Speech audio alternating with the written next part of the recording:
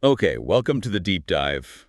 We're tearing into the latest from Five Below, the quirky value retailer that's been making waves. Yeah, and we've got quite a mix of sources here. News coverage, some AI insights, which are interesting, the official Q1 2025 earnings call transcript, and their press release, too. It's a really interesting stack because, on the surface, Five Below's Q1 numbers they look undeniably strong. They really do. They beat expectations pretty handily. But then you look at the stock reaction and it was, well, let's just say pretty muted, kind of flat. Exactly. So that's the puzzle, isn't it? Right. So for you, our listener, the mission of this deep dive is really to get past that surface level thing, that contradiction.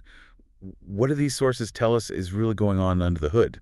What's the real story? Yeah, what does their performance actually say about the consumer right now?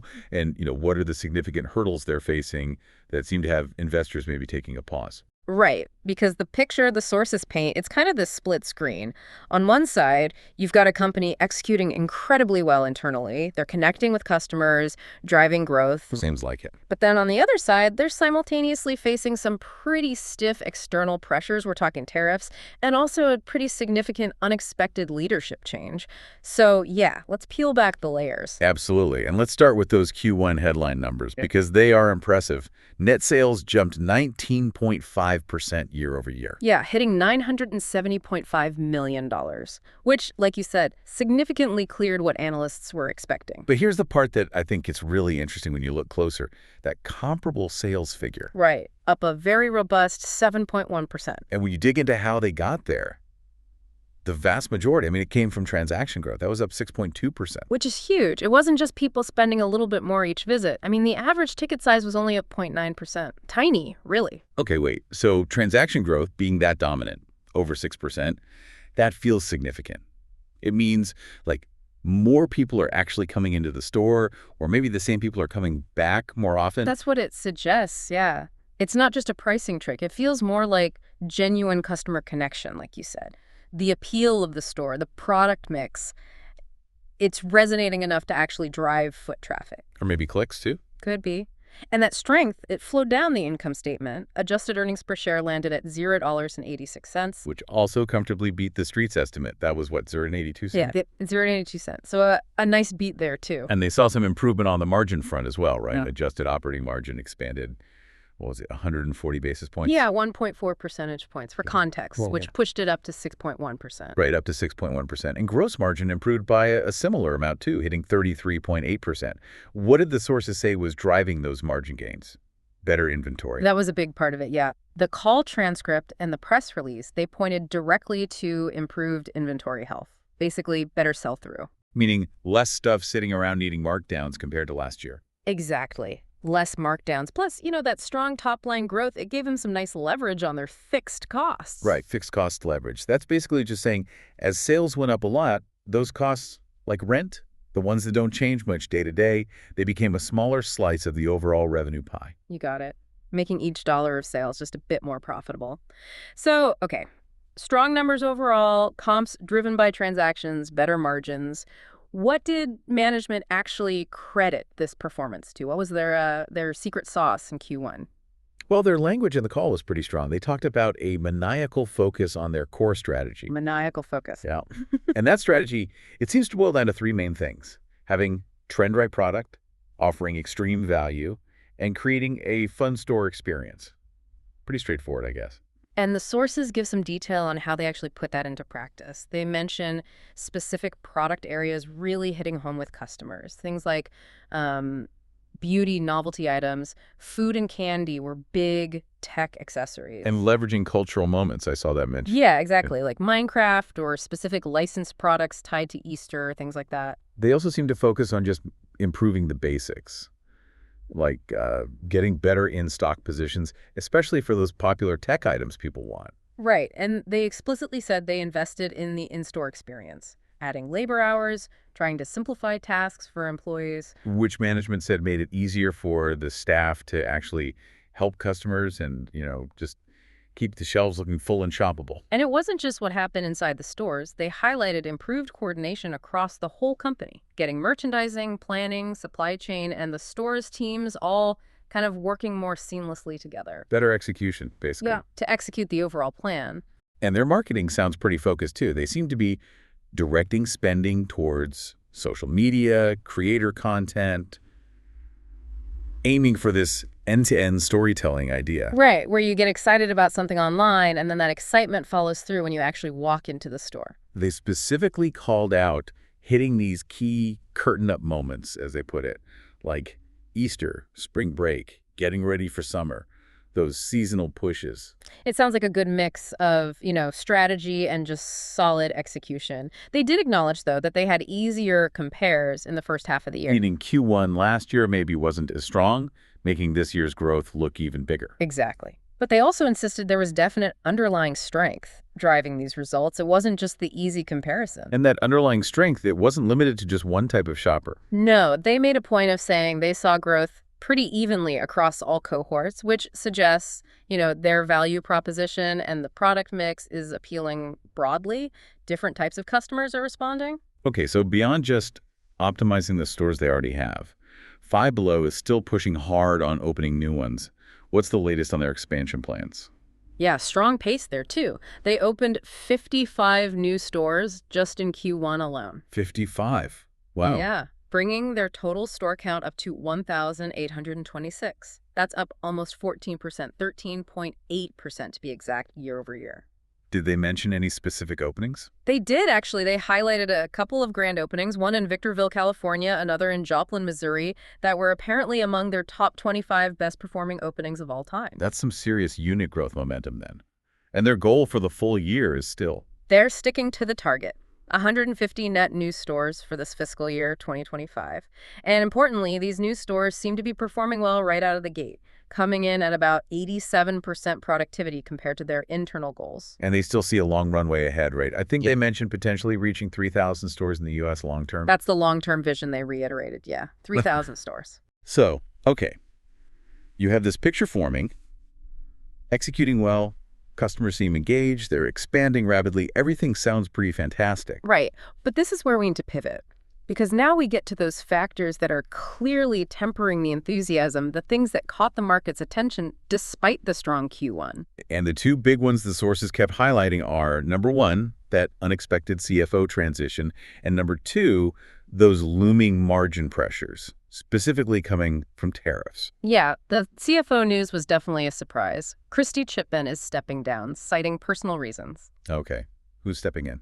Well, Five Below is bringing in a familiar face, actually. Ken Bull, who's their current COO but was the CFO for over a decade before Chipman, he's stepping in as interim CFO while they conduct a national search for a permanent replacement. So they have a plan. Management emphasized it's supposed to be a seamless transition. But as one of the articles you shared rightly pointed out, management turnover is rarely welcomed in the midst of heightened macro and operational complexity. Right. Yeah, exactly. It just adds this layer of what if or uncertainty for investors, doesn't it? Especially when things are already a bit volatile. It absolutely does. Any change in leadership, especially in a key role like finance, it naturally raises questions about continuity.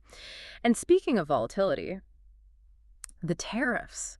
This is the other major headwind. And they were pretty explicit that this is expected to hit margins harder in the second half of the year. Very explicit.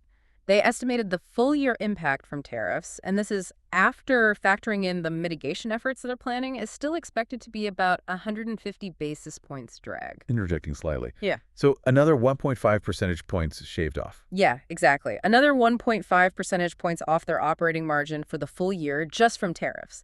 And this is a really big part of why their full year operating margin guidance remains at 7.3%. Which sounds okay until you compare it. That's a significant drop, right?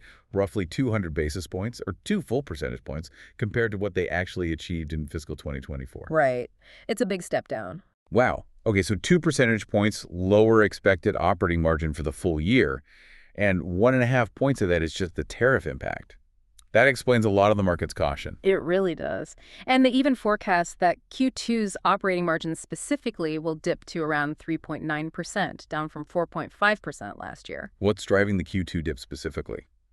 Still tariffs. For Q2, they pointed more towards higher incentive compensation costs and those ongoing store labor investments we talked about earlier. They actually added that the tariff costs in Q2 itself should be mostly offset by that strong sales growth and the fixed cost leverage. Ah, okay. So the bigger tariff bite really comes later in the year. That's the expectation. The impact becomes much more pronounced in the second half, according to their forecast. Okay, so they see this coming. What exactly are they doing to try and fight back against these tariff costs? What are the mitigation strategies they talked about? Well, they outlined a few key actions on the earnings call. First, they're actively engaged in vendor negotiations, trying to share the burden. Makes sense. Second, and crucially, they're accelerating the diversification of their sourcing. They stated a specific goal: reduce the proportion of goods sourced directly from China by about 10 percentage points for the back half of the year. 10 percentage points reduction from China in just a few months. That sounds pretty aggressive. That's a big shift. It does sound aggressive, yeah. It suggests they're moving quickly. What else? They're investing in developing new value pack products. Value packs, Yeah, like bundling items together. essentially, yeah. Repackaging or bundling items, maybe offering more perceived value at a potentially slightly higher price point, but still feeling like a good deal to the customer. Trying to maintain that value perception. Exactly. And they're also making assortment and pricing adjustments across the board. Ah, pricing adjustments. That's always tricky for a value retailer like Five Below. Mm. Do they give any details on how they're approaching that? Yes, the CEO, Winnie Park, mentioned they're looking at strategically adjusting about 15% of their prices. Some might go up, some might even go down. Okay, 15%. But they were careful about the $5 price point, right? Very careful. They emphasize that even with these adjustments, 80% of their actual units sold will remain priced at $5 and below. The goal is absolutely to maintain that core identity of extreme value. And they're not just assuming they can raise prices and bank the profit, are they? No, they seem to be wisely assuming that any margin benefit they might get from the price increases is likely going to be offset, at least partially, by selling slightly fewer units of those specific items. So, not banking on a free margin boost there. Smart assumption. They also highlighted how this whole tariff challenge has basically forced them to accelerate these efforts, shifting sourcing, adjusting pricing. They're moving faster on this stuff than they might have otherwise. Pushing them to evolve faster. Seems like it. They mentioned leveraging their global sourcing office over in India and also actively seeking out more closeout deals to find value. And, importantly, management explicitly stated that all these mitigation efforts they're describing, they're already embedded in the guidance. Yes, that's key. It's not some potential upside they might find later.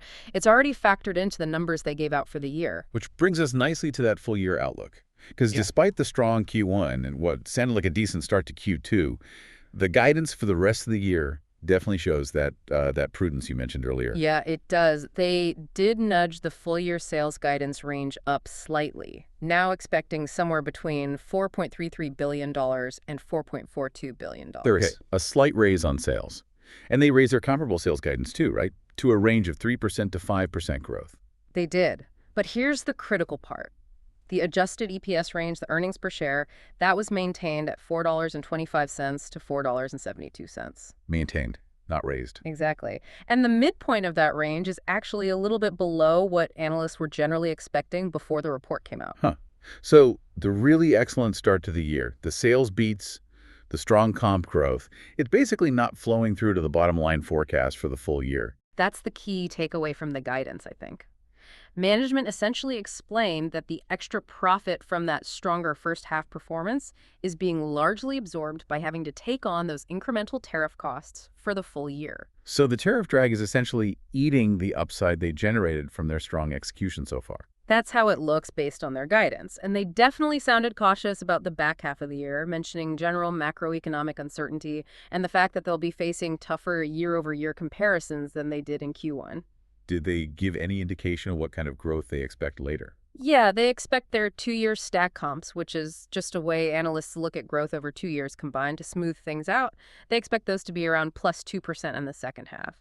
Still growth, but definitely a more normalized, slower pace than Q1. Okay.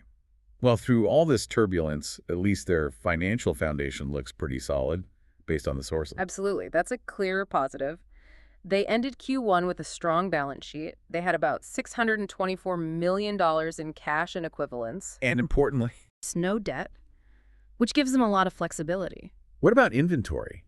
I noticed the sources said inventory was up overall, but actually down on a per-store basis. Yeah. And then they expect it to jump soon. Seems a bit confusing. Yeah, let's clarify that. So total inventory dollars were up year over year at the end of Q1. But if you look at the average inventory per store, that was actually down about 2%. Okay, why the difference? They mentioned that was partly due to some prior inventory write-downs impacting the comparison base from last year. However, looking forward, they explicitly stated they expect inventory levels to be significantly higher at the end of Q2. Significantly higher. Is that a bad sign? Stocking up too much? Not necessarily in this context. They framed it as being tied to them deliberately accelerating receipts, bringing inventory in earlier as they adjust to those global trade shifts and sourcing changes we discussed, and also just actively positioning themselves with enough product for the busy back half, like back to school and the holidays. Got it. So more of a strategic buildup related to the supply chain shifts and seasonality. That's how they presented it, yeah. Okay, let's shift gears slightly. How did the investment community, the analysts and management, interact on the earnings call? What was the sort of sentiment or tone? You could definitely feel the tension in the Q&A session. The analyst tone, I'd describe it as cautiously optimistic. They acknowledged the strong Q1 execution for sure, but they were definitely probing, Probing on what specifically? really focused on the margin pressure, hammering management, maybe not hammering, but pressing them hard on the details of the tariff impact, the timing, and whether the mitigation strategies they outlined were truly going to be sufficient to offset it. Okay. And management's tone and response. Well, in their prepared remarks, management was very confident, very disciplined. They really emphasized their strategy, mitigation, and execution. Sounded very much in control. But when they got to the Q&A and started talking about the outlook, especially for the back half, you could definitely sense the prudence creeping in. They were clearly acknowledging the uncertainties, the macro environment, the tariffs. They weren't being overly promotional about future upside beyond the guidance. Okay, so let's try and bring it all together then. Based on everything in these sources, the transcript, the articles, the AI view, what's the kind of snapshot of Five Below right now? I think the clear picture is a company that executed incredibly well in Q1, no doubt about it. They demonstrated that their core strategy, the trend-right products, the extreme value, the fun experience it is connecting with customers, it drove impressive sales and, importantly, that transaction growth. So solid momentum, strong store expansion plan still in place. Exactly. Lots of positives on the operational side. But there's that significant but hanging over it. Yes, there is. They are simultaneously trying to navigate some really significant headwinds. That unexpected CFO transition definitely adds a layer of uncertainty to the leadership picture. And the tariffs. And the tariffs, which are creating a very real and, frankly, significant margin pressure that is expected to weigh heavily on the back half of the year. And as we discussed, it's essentially offsetting the benefit of that strong top-line performance when you look at the full year's profitability outlook. Which, ultimately brings us right back to that initial puzzle we started with. Strong Q1 results, but a pretty tempered stock reaction. Yeah. The market isn't ignoring the great execution, clearly, but it seems to be prioritizing the path forward and the uncertainties involved. They're weighing that strong current performance against the anticipated margin squeeze from the tariffs and that leadership question mark. They delivered on Q1. They absolutely did. But the focus almost immediately shifted to how effectively they can actually navigate these complexities ahead, particularly around those tariff mitigation strategies that they've had to accelerate. And that leaves us with, I think, a really key question for you, the listener, to consider after this deep dive. Given how quickly Five Below seems to be moving on this sourcing diversification, adjusting their pricing, they're essentially reworking parts of their supply chain and value proposition almost on the fly here. A lot of moving parts. So the question is, can they eventually not just mitigate these current pressures, but maybe even recapture or potentially expand their operating margins beyond the current levels once this tariff environment maybe stabilizes, or perhaps their mitigation efforts fully mature and take hold? It feels like the foundational work they're doing now, maybe forced by the tariffs, could be positioning them for that possibility down the road. But you're right. Yeah, it's clearly not priced into the current outlook or expectations. Definitely something to mull over.